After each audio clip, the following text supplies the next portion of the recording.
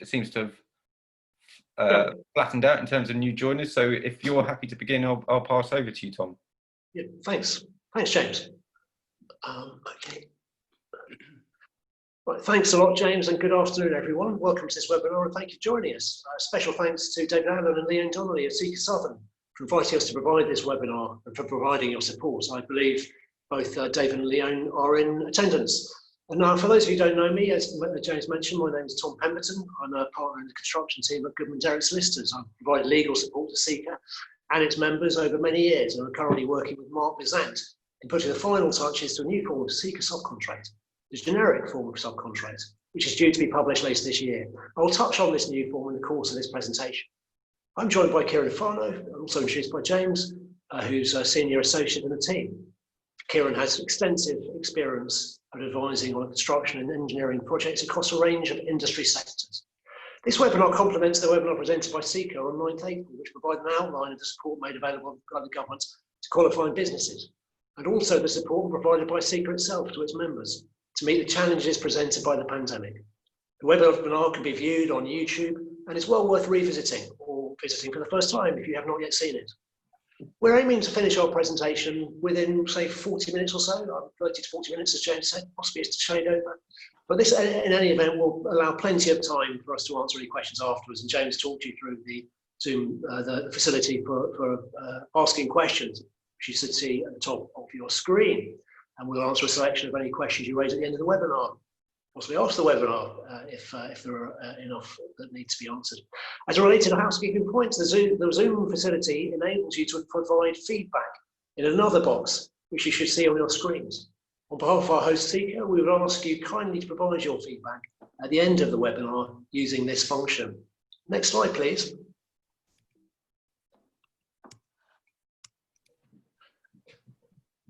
So, looking at the key agenda items we will cover, Kieran will provide an overview of the legal environment and provides an update on the fourth version of the SOP, published by, that's the site operating procedures, published by the Construction Leadership Council on 18th of May. He will also touch on insurance considerations. I will then look at some of the key terms relevant to the allocation of risk in standard forms of contract which are widely used in the civil engineering industry, and provide some thoughts on how contracts should be managed to mitigate the impact of the pandemic. Now, one of the many reasons why the coronavirus pandemic is presenting such a challenge to everyone who's tasked with delivering contracts in this sector and also in other sectors beyond construction and engineering is that contracts were not written with the risk of the pandemic in mind. Now, we can't give you answers to all the questions raised by the pandemic, but we'll endeavour to provide some pointers to navigate your way through. I'll now hand over to Kieran to talk us through his part of the presentation. So on to Kieran's slides, please.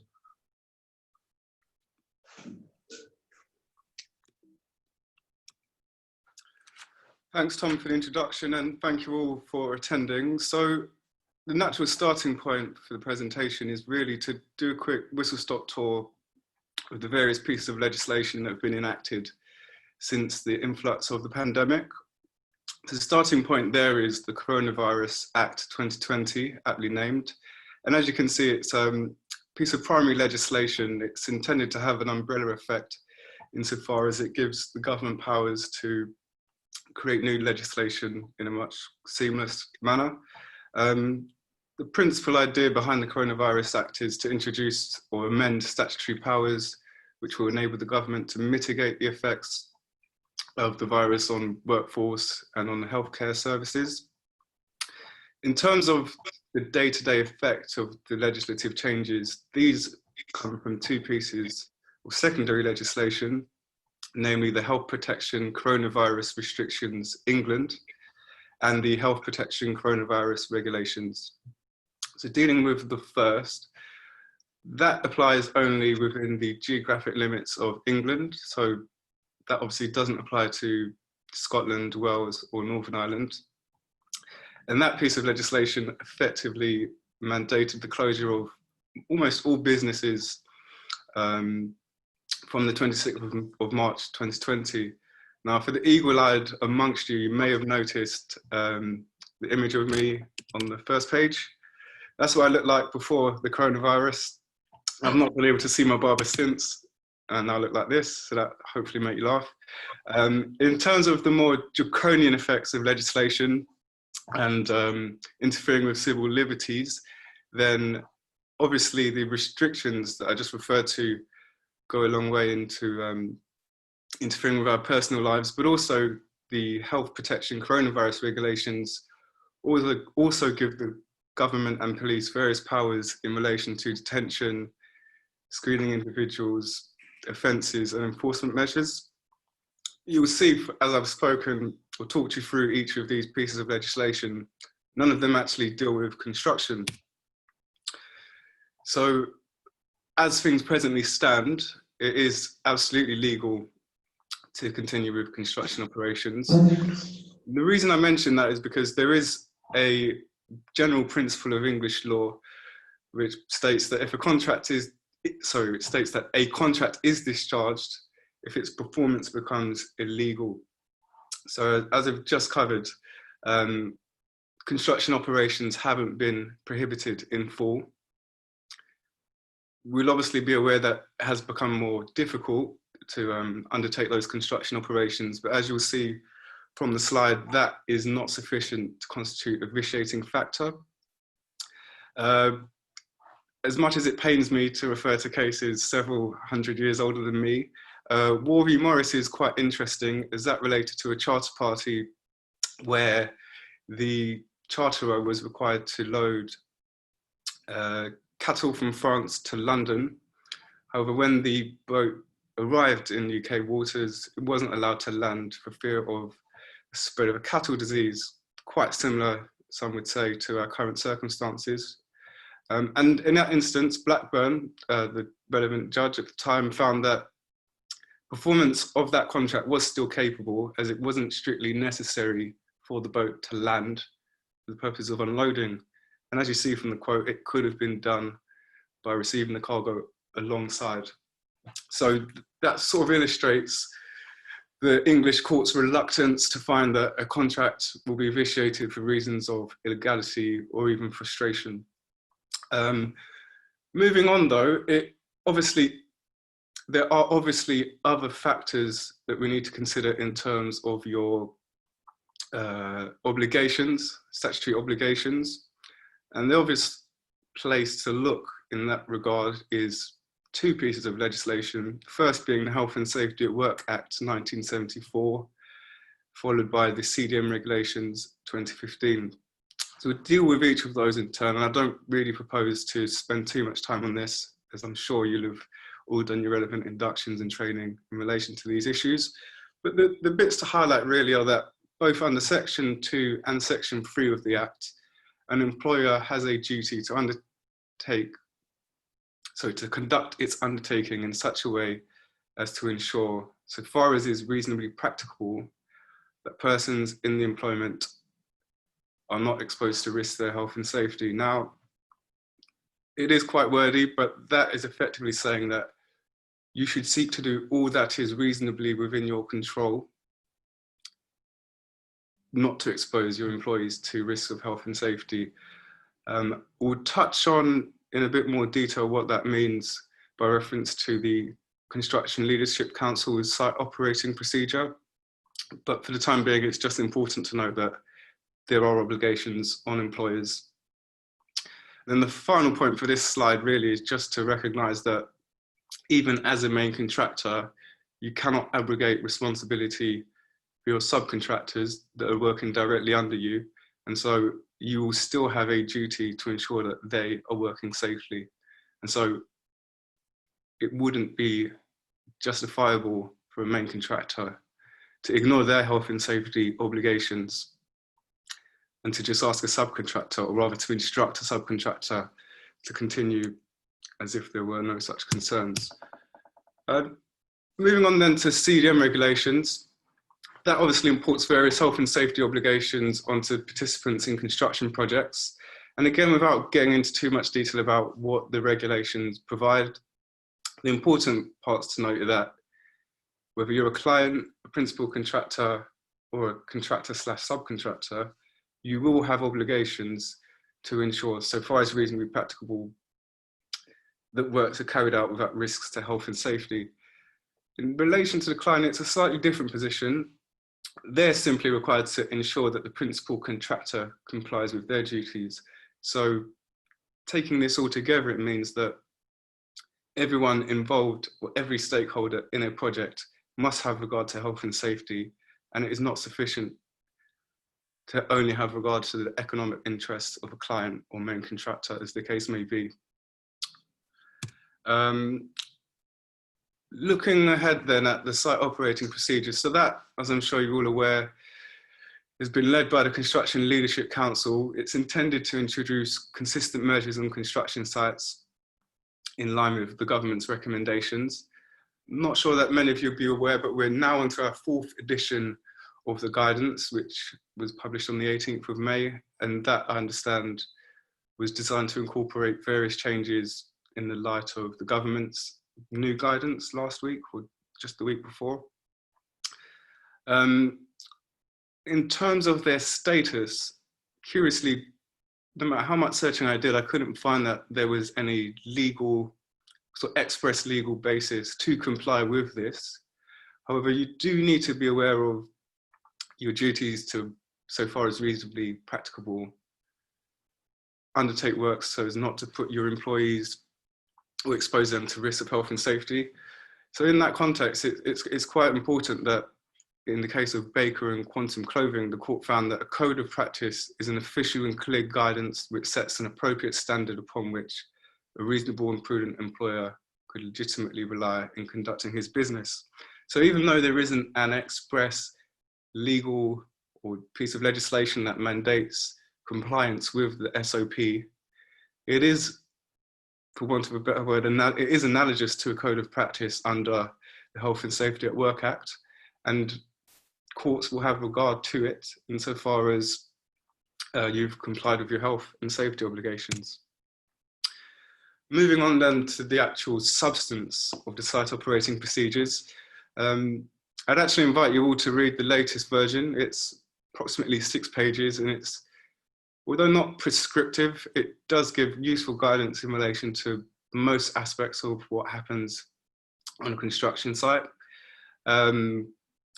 A few points I've sought to highlight in the slide are in relation to travelling to work. So firstly, the site operating procedure says that you should have regard to the UK government guidance in relation to self-isolation, if you live with vulnerable people, if you yourself a person who is at increased risk to bad side effects of coronavirus, then you shouldn't be travelling to work.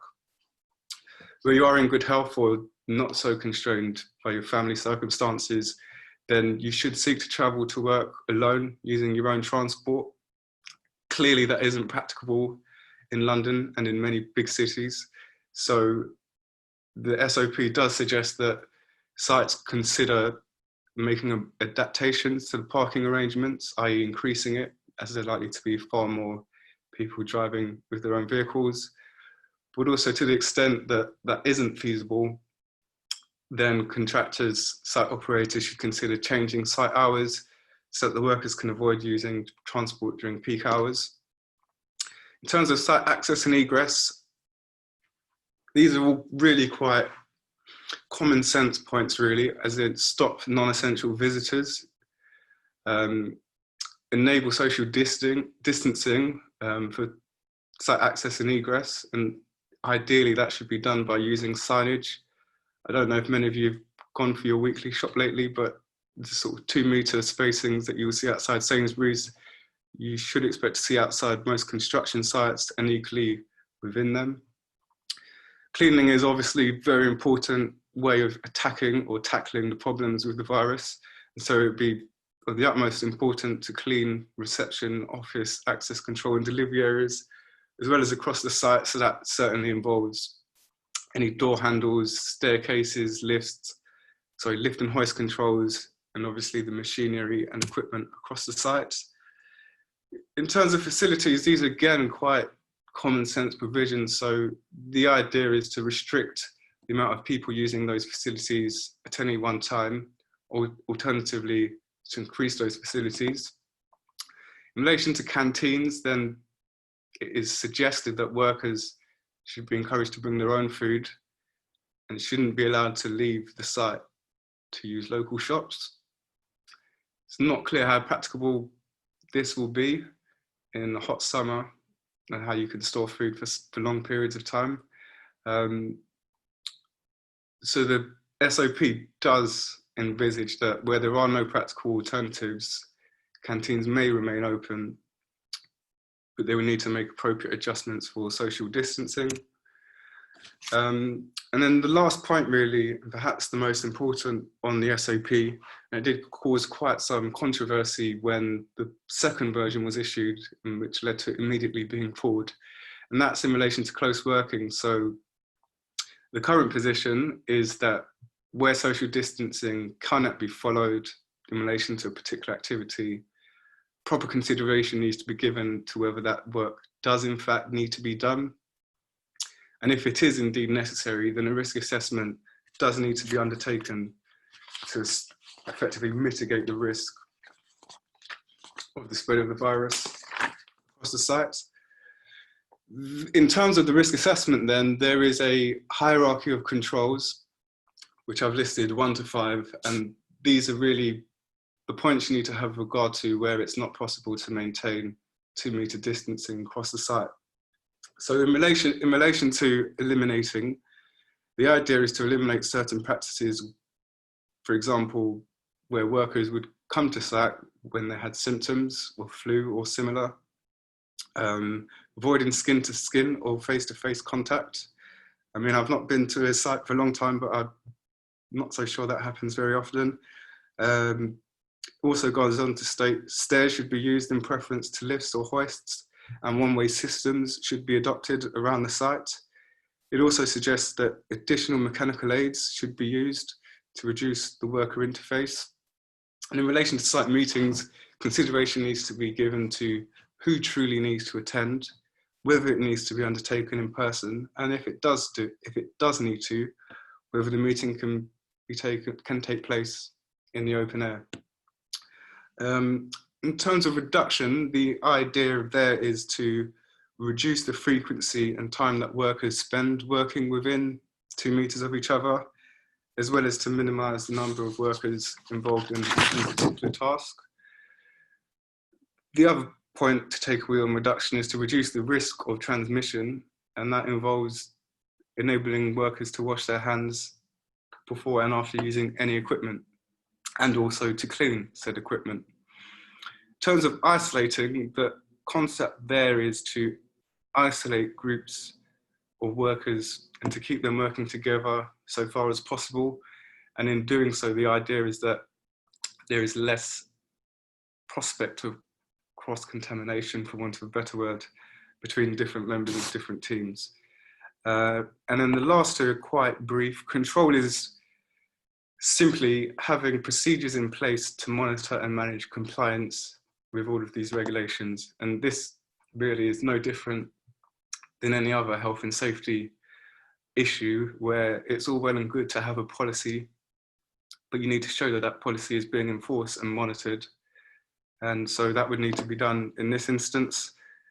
And then finally, in relation to PPE, despite what you might think, the government has suggested that respiratory protective equipment should not be used where social distancing measures can be met. So that's quite an important point. And then I'll just fly through the last points. So there is the potential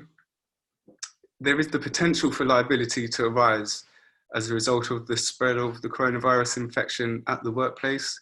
This can arise whether by way of civil liability or criminal sanctions.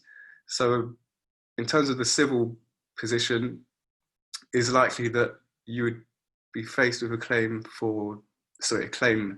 in the law of negligence or breach of statutory duty. I've already covered in this talk why you have duties of care in relation to your employees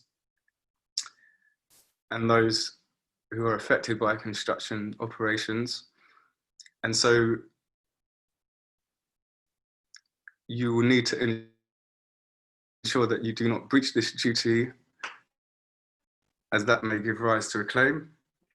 In terms of damages, that's likely to include pain, suffering, and loss of immunity for the symptoms that somebody suffers. And it may also include compensation for various potential heads of past and future losses, which could be loss of earnings, care, and domestic assistance. One point to note in relation to this is quite topical given the news today about track and trace, and that's causation. So with all breaches of contract, claims and negligence, you are required to prove a link between the breach and the damage. And so until very recently, it would have been very difficult for anyone to show that any one particular cause or exposure would have been the predominant or major factor to them contracting the virus. However, we've seen that the government, at least from today, begins to introduce its track and trace system.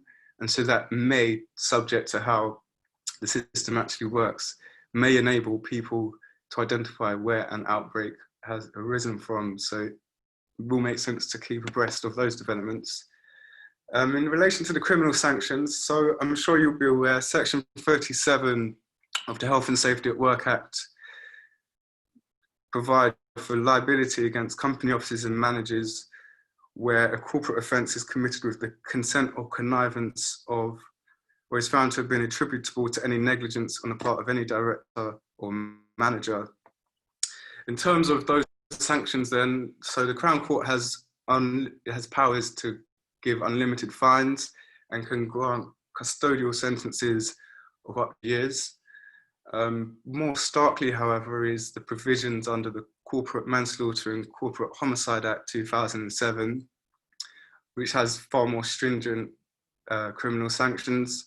You can be found guilty of an offence under this act if the way in which a company organises and manages its activities causes a death and amounts to a gross breach of a relevant duty of care. That's quite worrying, and it does illustrate why it's really important to have regard to the ever-changing developments in relation to coronavirus guidance on construction sites. Touching finally, this is my last slide, on insurance. Insurance will generally be there as a as a resource in the event that a claim is made, so that claims are paid from the insurer's resources rather than your company's, which in many cases would lead to insolvency. So the ABI has said that various claims, or it has done a survey of its insurers, and it's expected that £1.2 billion of claims will be made in relation to coronavirus. In relation to construction, excuse me, it's particularly unlikely that any policies will respond to coronavirus. This is because, one, site closures are likely to be a major factor. Two, delays to the progress due to inefficiencies caused by observing social distancing, and delays to supply chains are likely to be the principal causes of economic loss. And those are not protected or covered under typical construction policies. So professional indemnity will generally require negligence in relation to design services, and then the public liability and all risk policies are generally responsive where there is damage to other property or the works themselves, which clearly isn't the case with coronavirus. In terms of business interruption, so the ABI, Association of British Insurers, has said that of the 1.2 billion estimate, 900 million is estimated to relate to business interruption claims. Business interruption claims generally respond to damage caused by fire, flood, theft, and accidents involving employees. That said, there's always scope for extensions to cover, and the ABI has said that unfortunately a very small minority of businesses have cover in respect of closure due to infectious disease, and that an even smaller proportion will have cover in respect of the impact of the coronavirus pandemic. That said, they suggest that anyone who is unsure of the position under their policy should make appropriate inquiries with their broker or insurer. And then finally, employer's liability. I've already illustrated how claims by employees can arise under health and safety legislation. There is a provision, well, there is an Act of Parliament which requires compulsory insurance by employers. And so it is likely that, well, not likely, all employers will have insurance, but it's then a question of, under the terms of the policy, are the circumstances giving rise to the employer's liability claim? Are they covered or are they excluded? And again, that will need to be determined by a conversation with your insurer and or broker. I'm pleased to say, and I hope you're also pleased to see that that's the end of my part of the presentation. So I'll hand you back over to Tom now. And if you do have any questions, please feel free to type them in and I'll get back to you at the end with Tom. Thanks. Thank you very much, Kieran. So the impact of the pandemic is obviously very severe, and it was illustrated by a recent report by LNA, the cost consultant, who said that half the work in its live projects, half its sites had been closed down or halted since the lockdown had been brought in. Although work has since restarted on most of those sites, it remains severely curtailed. In another example, in the commercial development sector, Mace said earlier in the month that they're aiming for their sites to be operating 80% output by the end of July, and highlighting that they were currently achieving between 30 to 60% output compared to their pre-COVID levels. There are particular issues relating to working in London and other major population centres. Construction was halted on a number of major projects, with TfL and Crossrail citing the need to avoid congesting public transport as one of the reasons for suspending their sites. Crossrail has only just restarted work in the past week or so on the stations at the eastern and western ends of the line, not yet as far as I know on other stations, and it can be expected that progress following resumption will be much lower than in pre-COVID days. Next slide, please. So who bears the contractual risk? So the $1 million question, and literally the $1 million question in many cases, is who bears the risk of the impact of the social distancing rules which have been outlined by Kieran. Now, the general rule is that all risks are borne by the contractor, except where the contract specifically provides otherwise.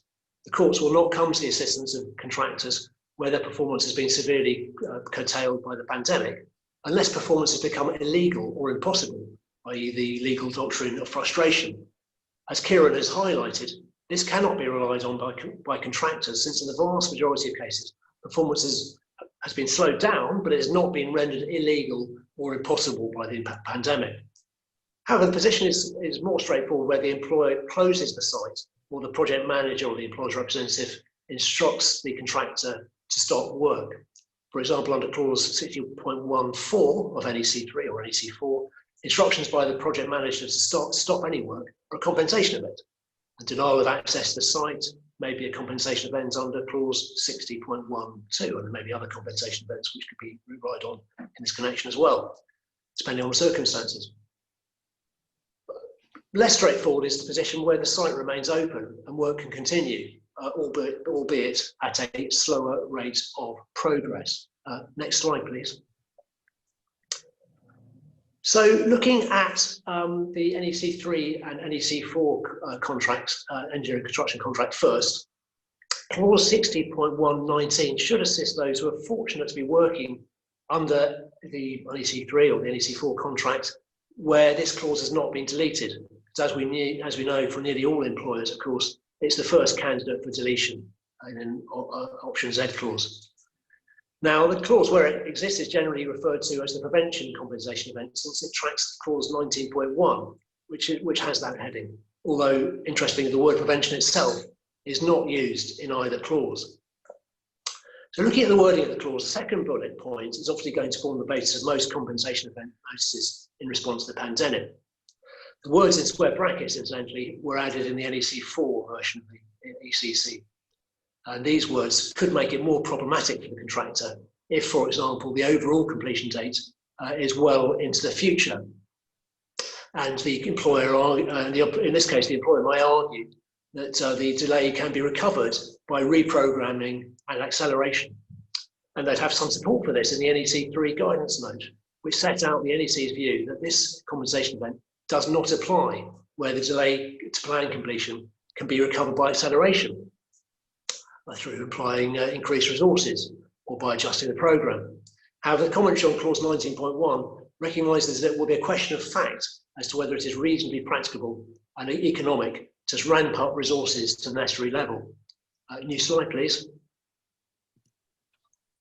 So looking at the remaining conditions which must be met for a prevention compensation event, and provided the contract was entered into before the pandemic, these conditions should not present an obstacle to a claim.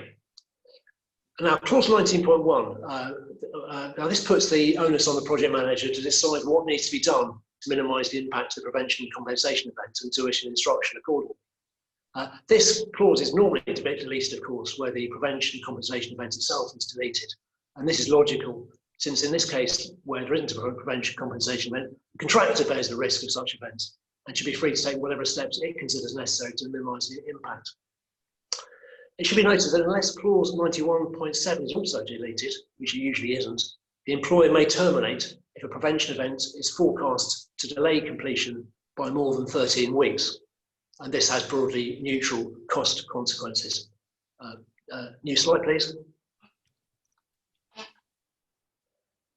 Now, where secondary option X2 is incorporated in the NEC3 or NEC4 contract, a change in the law of the country in which the site is located is a compensation event if it occurs after the contract date.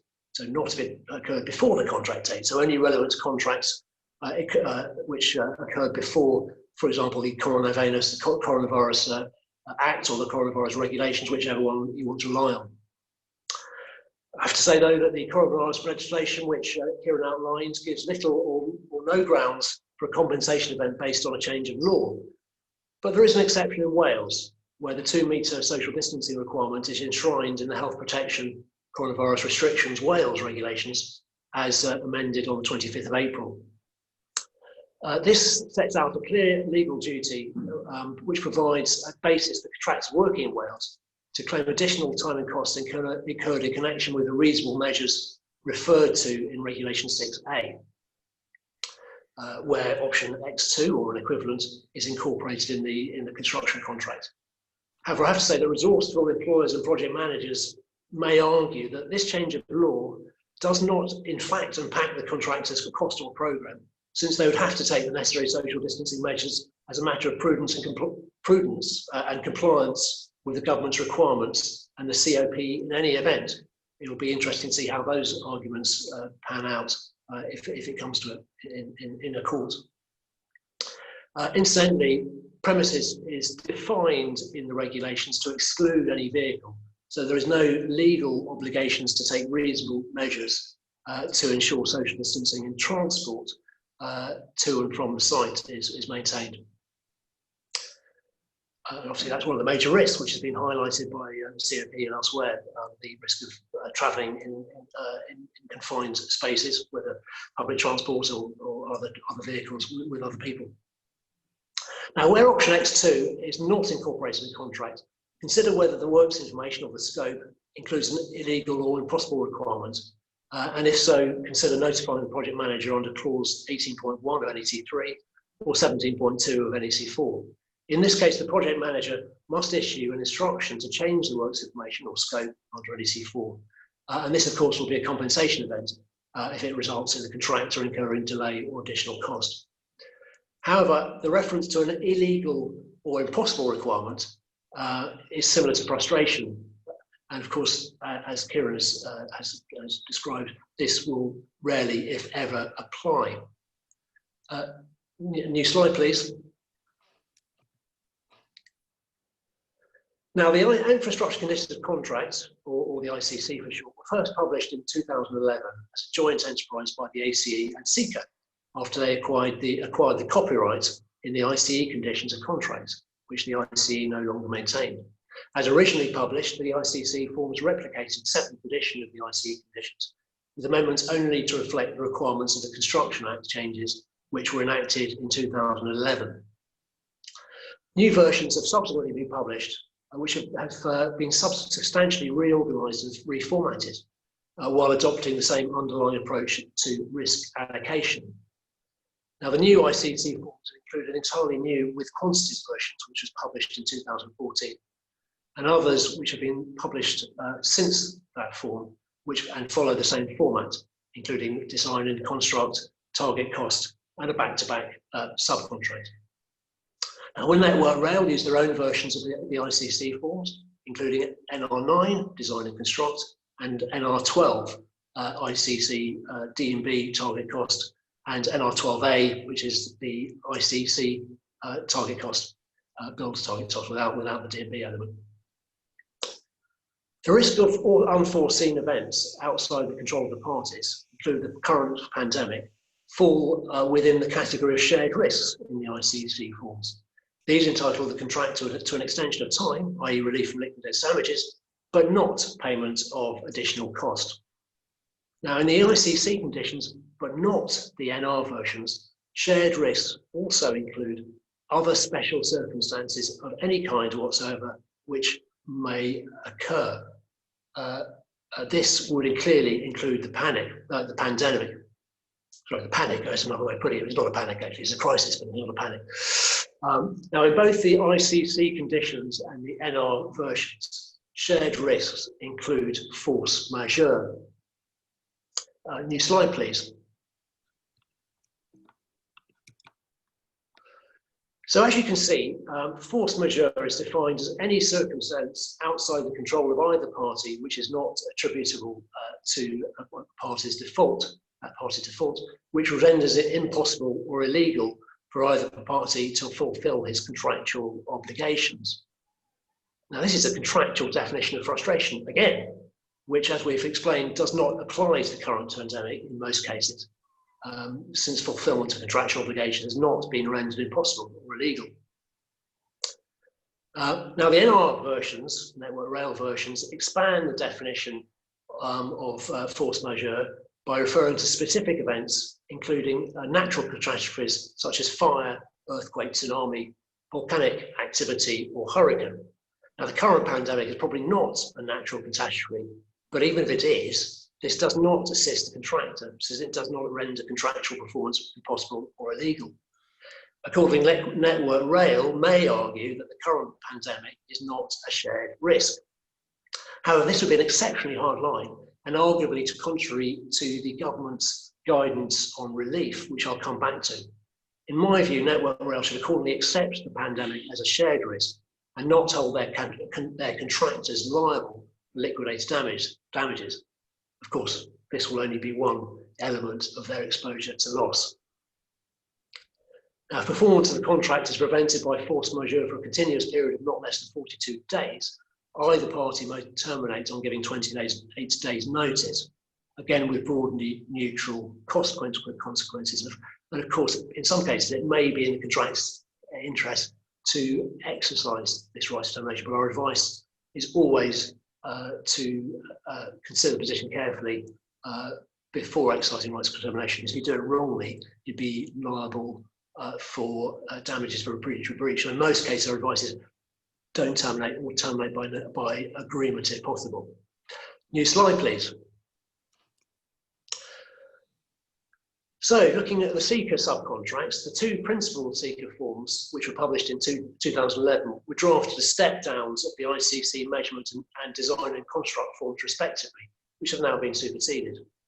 Under Clause 62A, the subcontract has back-to-back rights to an extension of time in respect of any circumstances or occurrence other than a breach of the subcontract by the subcontractor, which entitle the contractor to an extension of time under the main contract. So obviously where the contractor has a right to an extension of time under an ICC contract or other contract, then the subcontractor has the equivalent rights under subcontract. And there are similar provisions in relation to additional payment under Clause 10.2, which deals with notices and claims. However, under the existing forms, these are limited to adverse physical conditions or artificial obstructions. Now, the contractor otherwise has no liability at all in respect of any circumstance which affects the execution of subcontract work. So the contractor is generally protected. The subcontractor's rights go no further than its own rights under the main contract. Now, looking at the CECA generic contract, which will be published this year, this is intended for use in relation to any form of main contract, not limited to the ICC forms. It will have similar provisions to those I've just outlined, but clause 10 will be widened such that the subcontractor may claim any contractual benefits available to the contractor under the main contract, not limited to adverse physical conditions or artificial obstructions. This is because compensation in respect of other events or circumstances may be available to the contractor depending on the terms of the main contract. A new form will provide that the contractor is not obliged to take any step to pursue any such contractual benefits to the extent that they are disputed by the employer, but he may do so at his entire discretion on the subcontractor satisfying any reasonable conditions set by the contractor, including an indemnity in respect of costs incurred by the contractor if required. Next slide, please. So coming to the end of the presentation, just a couple more slides, but I'm just going to have a look at the government guidance on mitigating the effects or the impact of coronavirus. And they published a number of procurement policy notes, or PPNs, in response to the pandemic, of which the two most relevant to CECA members are those setting out guidance on supply relief due to COVID-19 and model interim payments terms. Now, as reflected in the quotation on the slide, the government's aim is to protect jobs and ensure business continuity. The focus is on providing interim relief and support rather than compensating contractors for their losses.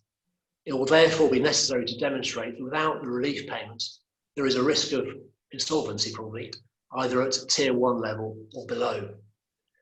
Now, to buttress the PPNs, on 7th of May, the Cabinet Office issued guidance on irresponsible contractual behaviour in the performance and enforcement of contracts impacted by the COVID-19 emergency. This urges parties to act reasonably, responsibly and fairly, in particular in dealing with potential disputes. This reflects widespread concerns that there will be an avalanche of litigation as parties on all sides seek to recover losses incurred as a result of the pandemic. Industry surveys, I have to say, indicate that these concerns are well founded given the extent of the losses which have been suffered on all sides. Now, in a coordinated publication on the same date, the CLC issued best practice for guidance for construction firms in dispute over contractual obligations during the crisis. Now, the guidance issued by the government to the CLC complements its PPNs in recommending responsible behaviour and fair behaviour in requesting and giving relief for impaired performance. Both notes have stated guidance only, but if followed, should provide a framework for negotiated outcomes. New slide, please, my last slide. So looking at a number of recommendations and conclusions, my first recommendation is that you check your contracts carefully. Where they include provisions for dealing with prevention or force majeure, these could assist in pursuing COVID-related claims, depending on their exact terms. Check also whether there are any change of law provisions. These could underpin a claim for compensation if your project is in Wales, although otherwise they're unlikely to assist unless powers are exercised by the government under the coronavirus legislation. Next recommendation is to comply with the contractual notice provisions. Check what your contract says about this. If it's an NEC3 or NEC4 contract, it's important, essential actually, to serve early warning notices, even if there isn't a prevention compensation event, which you can then subsequently follow up with. Since this will oblige the project manager, the early warning notice will oblige the project manager and the employer to engage with you in finding solutions which reduce the impact of the pandemic. Now, of course, if prevention or some equivalent is a compensation event, ensure that you serve the contractual notice before any contractual time bar bites, looking closely at clause 61.3 if it's an NEC3 or NEC4 contract and the 8-week time bar that you find in that contract.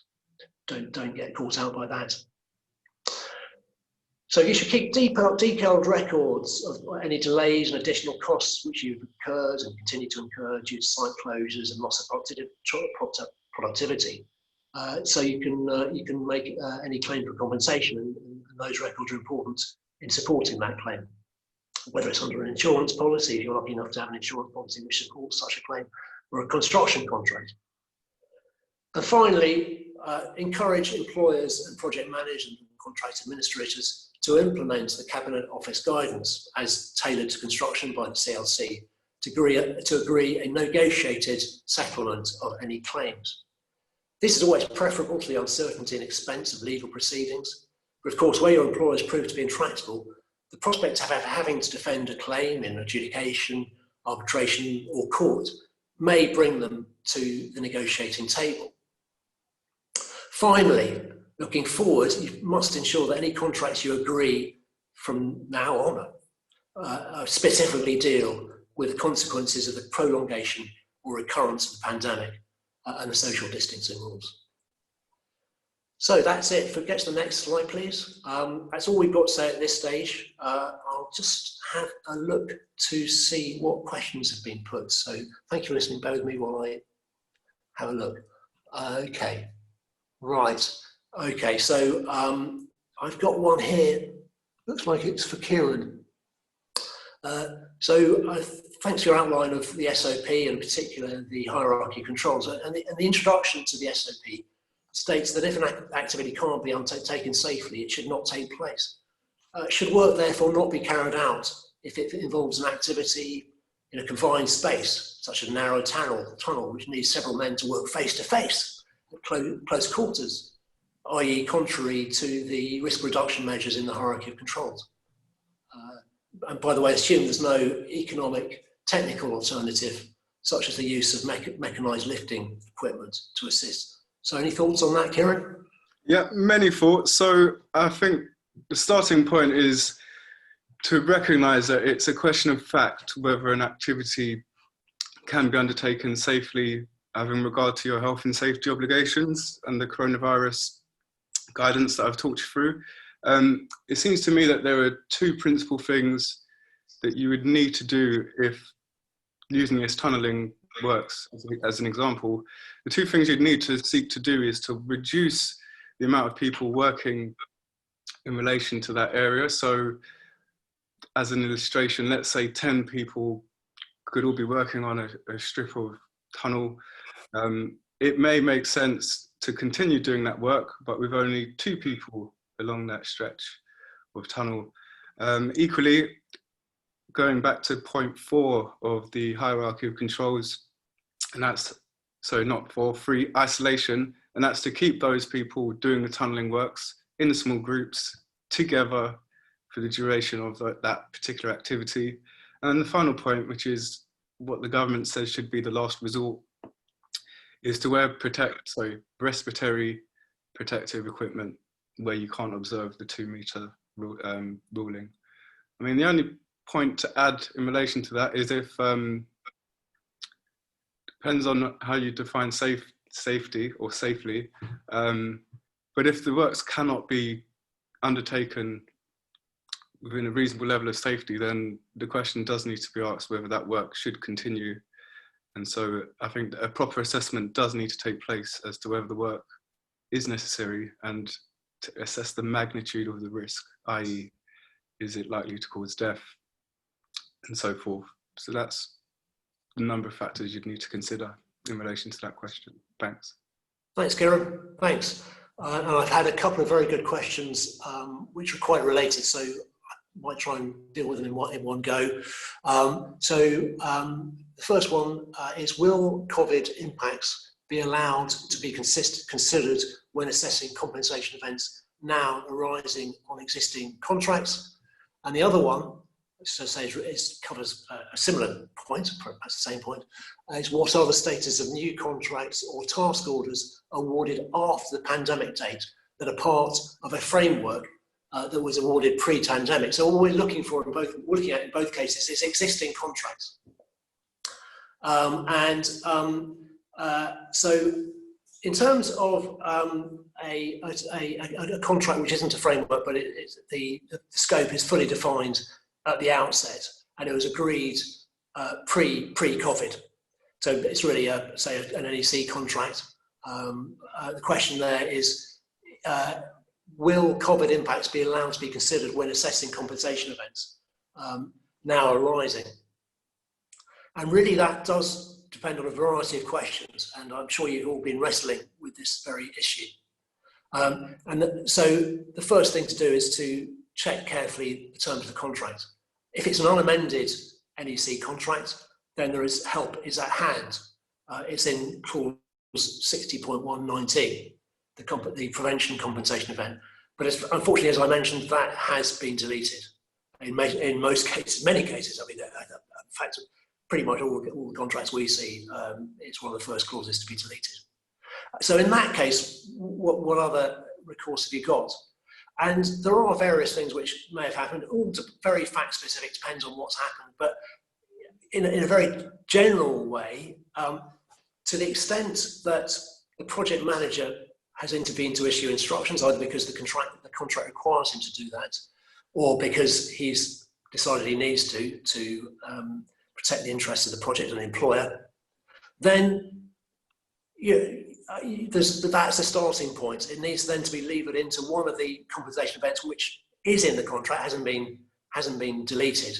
But that's another point to look at. I mean, in many cases, work has to be rescheduled if that or reprogrammed.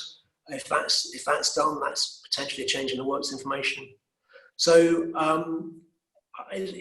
obviously, in the scope of this webinar, I can't give an answer to all the problems arise. But I think that there's enough there in most contracts to be able to take a case to the project manager, and particularly in the light of the guidance the government has issued and the PPNs and the recent guidance on avoiding disputes.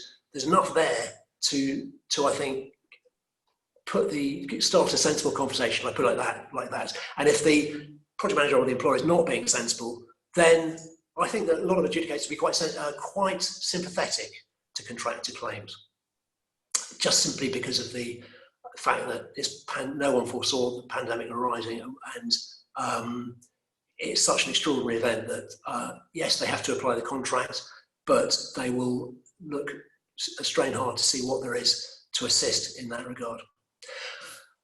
And so related point, what about contracts or task orders that are awarded after the pandemic date? Here, there's possibly possibly more scope to try and negotiate something into the contract. I mean, technically, it's probably not a new contract; it's under the framework, so it should be governed by the existing framework. But quite often, there is scope to negotiate new terms for those contracts or task orders. Obviously, it's a starting point. If a task order is requesting you to do something which is impossible because it's setting a completion date which simply is not going to be possible, or is going to be hugely at risk because of the pandemic, then you'd have to say to the employer, well, I can't do this. Give me a reasonable completion date and make sure it's flexible. Make sure it gives, give me something which allows me to come back to you if there's a second lockdown or another pandemic or something like that. So again, I think there's possibly more scope to have a sensible conversation in relation to task orders issued as part of an existing framework. And just finally on this point, and I did mention the need to address COVID risk specifically in any new contracts. And the way I would do that is to have a pretty open conversation with the employer and to say, well, look, we've given you this program, this completion date, but it's based on the following assumptions. And the main assumption here is, or COVID-related assumption is that, for example, business will return to normal by, depending on your optimistic, whether you're optimistic or pessimistic, by the end of the year, by the end of the following year, who knows? But then have that written into the contract, and then to agree some sort of pain or gain share arrangement, where if your assumption proves to be too pessimistic, looking on the bright side, so assume that you said that we're assuming that lockdown will continue right through to the end of 2021. It actually ends at the beginning of 2021. Then you get an earlier completion date. You give something back to the employer. But conversely, if your assumption is too optimistic and you've done it the other way around, you've assumed that the business will be normal by the end of 2021. It's not, in fact, the end of 2021.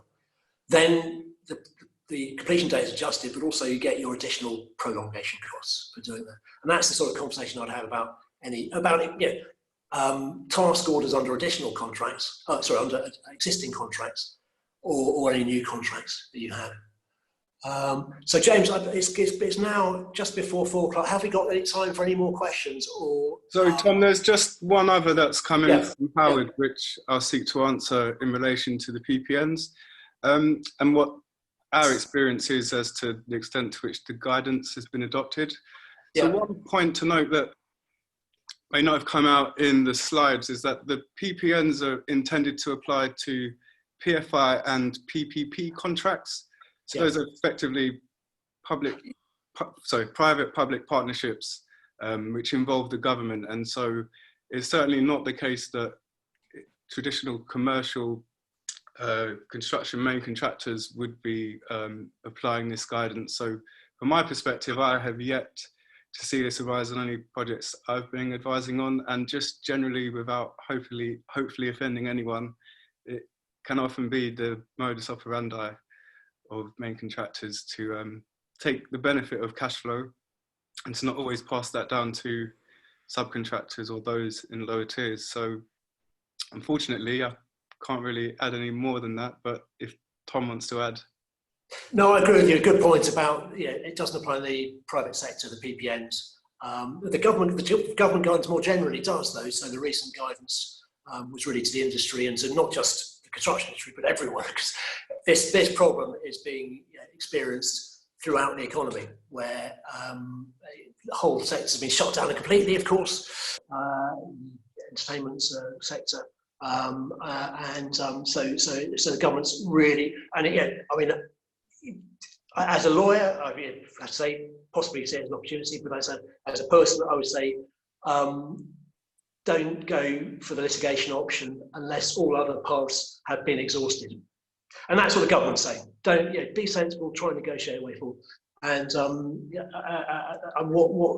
but people at the end of the day are losing a ton of money, and they will, if their opposite party, who probably is also losing money, isn't going to talk, doesn't want to talk, then the only way forward is probably to threaten some sort of proceeding. That I think winds it up. I mean, with one more question which I have, which has cropped up. Will we as an industry need to revisit the drafting of contracts to consider pandemic events going forward and to better share risk?